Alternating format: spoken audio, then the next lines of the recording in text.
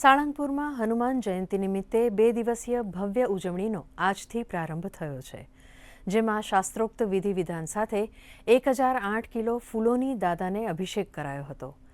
રાજોપચાર સાથે છડી પૂજન પણ કરાયું હતું. કિંગ ઓફ સાળંગપુરની પ્રતિમા ખાતે સમૂહ આરતી અને લાઇટ એન્ડ સાઉન્ડ શોનું પણ આયોજન છે. તો આવતીકાલે ભક્તો મંદિર ઉપર 108 ધજા ચડાવશે. હનુમાન દાદાને રિયલ ડાયમંડ અને એમરલ્ડ જડિત વાઘાના શણગાર પણ કરવામાં આવશે.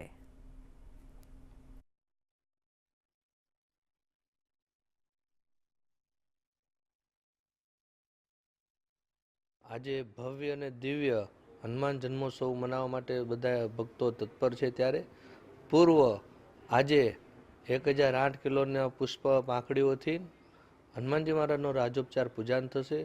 વિવિધ વસ્ત્ર અલંકારો અર્પણ કરાશે, વાનગીઓ અર્પણ કરાશે અને હનુમાનજી મહારાજનું દિવ્ય અને ભવ્ય પૂજન થશે. રાત્રિ કાર્યક્રમની અંદર પણ સુંદર મજાનું આતાશબાજી, મહાઆરતી, નૃત્યની સાથે શાર્પી લાઇટ એન્ડ સાઉન્ડ શો છે.